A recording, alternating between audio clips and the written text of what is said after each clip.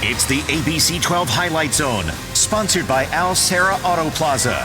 Now here's ABC 12 Sports Director Dave Saseski. Good evening and welcome into the Highlight Zone. Hard to believe it, but we've already reached the final week of the regular season. Don't be too sad though. The postseason right around the corner, and that means the action only gets bigger. The stakes even higher, and hardware up for grabs. Speaking of teams chasing more hardware, the Millington Cardinals, last year's Division VII state champs, are looking to close out the regular season with an exclamation point, but standing in their way, an 8-0 Harbor Beach team. And if you're looking for history, you won't find much, as these two haven't met since the 1970s. It's the 7-1 Cardinals hosting the 8-0 Pirates in our game of the week. Well, the Cardinals looking for a statement win tonight, led by a defensive unit, allowing only 12.5 points per game, while the Harbor Beach Pirates are looking to remain perfect on the year. Pirates would receive the opening kick and march down the field, led by quarterback Caden Buchholz, who after play action would find senior running back Luke Bisher wide open for the game's first points. Harbor Beach leading 7-0.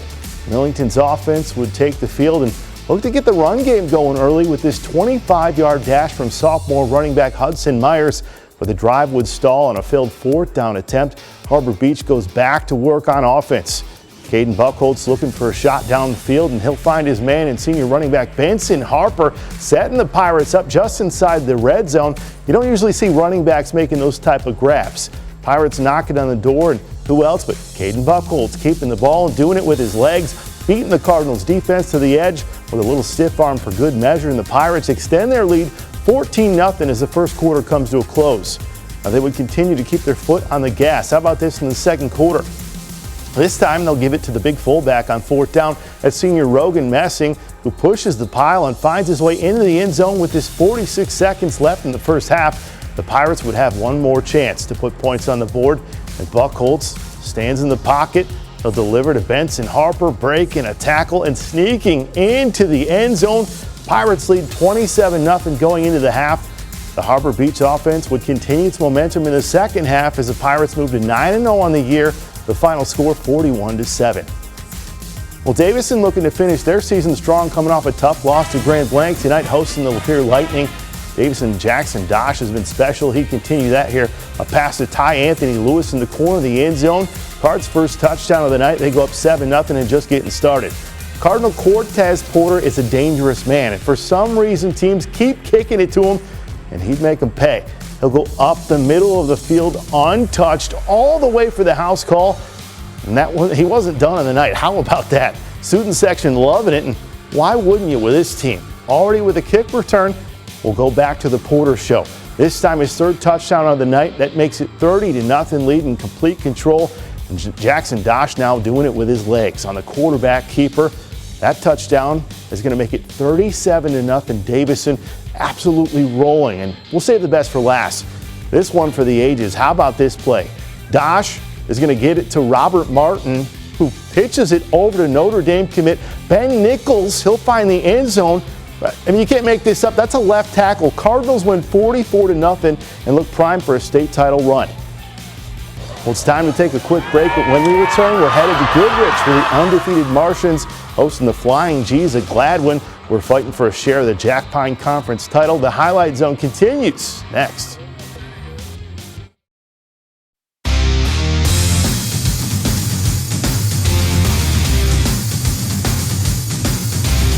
Welcome back. We head next to Goodrich, where the undefeated Martians, last year's Division IV state champs, look every bit the part again this season. Led by Hall of Fame head coach Tom Allward, Goodrich has their sights set on another deep playoff run, but Gladwin came in hoping to spoil the perfect start, and with a win tonight, plus an Ogemaw Heights loss, the Flying G's could clinch a share of the Jack Pine Conference title. A lot on the line and plenty of energy over in Goodrich tonight. Goodrich enters with the conference after a 21-20 win over Fenton. They got the conference title. Looking for another big win here.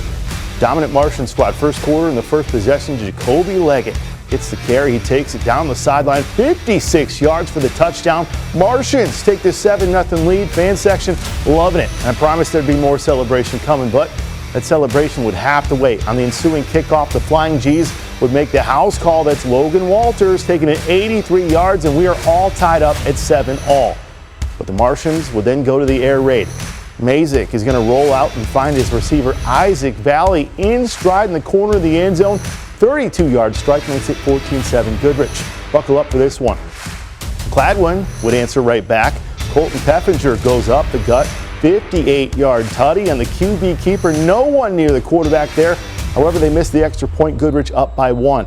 And Goodrich goes back to the ground game. Next time out, they fake the handoff and catch the cameraman and defense sleeping as Jonathan Kane goes 35 yards for the score, 20-13 Martians. Second quarter, Tanner Mazik fakes the handoff, then goes in himself for the score. Martians pull away and win 63-42. They finish the regular season a perfect 9-0. Well, it's a battle for Midland bragging rights between the Chemics and Chargers. Dow looking for their 8th win in the season after a 5-win campaign last year. What an improvement. Dow would get on the board first. This touchdown run by Garland Randolph. He takes it up the gut and keeps the legs churning for the score. 7-0 Chargers. Midland Chemics would respond, however. Tabors Edwards Benner with the QB keeper picking up the big first down there on the slide. Keeping the ball on the ground, LJ Kalua takes it in for the score, all tied up at 7 apiece. And Dow would respond with another touchdown run by Garland Randolph. That makes it 14-7. They hold on and win 34-7 and finish 8-1 with the playoffs ahead. Well, over to Saginaw where the Swan Valley Vikings were hosting the Bullock Creek Lancers. Vikings on a 6-game win streak, outscoring opponents 243-29. First quarter, Lancers up 3-0 when Alex Kitka keeps the drive alive on the QB design run. They get the first down there. Later in the drive, Kitka again, this time for 5 more yards, but this time he'd be rewarded with a 6 on the scoreboard. That's a touchdown, 10-0 Creek. Swan Valley quarterback Keller Bedford is getting handed off to Maxwell Miller, and Miller will collect 6 and cut the deficit to 3, now 10-7. But this was a dogfight as the Lancers are going to hand it off to Adley Keister, and he powers in for the score and gives Creek the 17-7 advantage. Back in fourth first half. Later in the half, Vikings turn to Fisher Stoney. He'll make the first man miss, and then he was off and gone. 35-yard score. Swan Valley wins 49-37. Well, it's time now to check in on our Spotlight scoreboard. And how about the fight in Romeo between the Bulldogs and the undefeated Grand Blanc Bobcats? Cats took the lead with 4 minutes to go in regulation. They head to the postseason undefeated. Big win there. Lake Fenton. How about Lake Fenton? 41-0 win over Hamady. That was a 6-win Hawks team they defeated. And Ithaca is going to fall 39-8 to Beale City, who finishes off a perfect 9-0 year. New Standard finishes 8-1 on the season with a 36-6 win in their finale to Bridgeport. And Frankenmuth does what the Eagles do, and that's win, and win big. Again this time, 42-14 on the road over Armada. Owasso wins 34-14. They improve to 6-3. Well, time for our highlight of the night, and it comes from Davison. How about this play?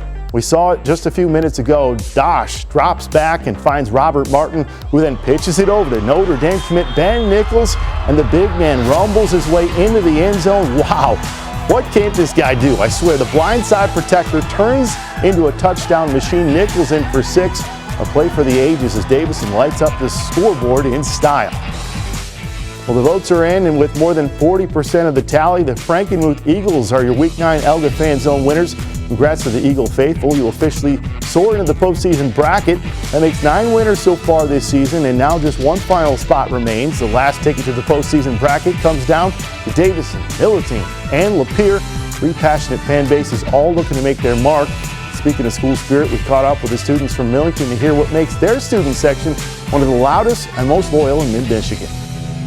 In a way, we're part of the team, just like going and supporting them, and I'd say Millington's one of the best communities that travels with our football team as well. We have a lot of energy, and we're here to support, and I feel like we get really fun with our teams and how we like to support the game.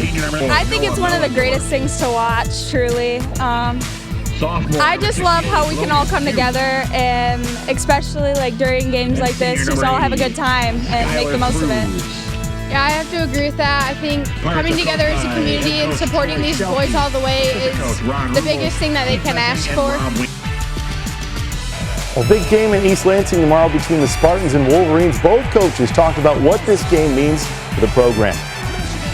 Oh, well, you know, during training camp, we talk about our rivalries. We talk about every game. We talk about all the big games. And But they'll definitely re-educate them on what this means. This means a lot. This means everything. We'll talk about Paul Bunyan, what that means to us here in this facility in Ann Arbor and the University of Michigan. We'll talk about the history of the rivalry, what it means, and all the implications of what winning this game is about. This game means a ton to our players, but also former players, the program. You think about alumni, all of it. It's a very important, meaningful game, and so that creates a huge opportunity for us. Hey, that's it. Thank you guys so much for tuning in. Great games, and the great games continue next week. We got playoff football coming in, a big game tomorrow. Everybody, enjoy your weekend.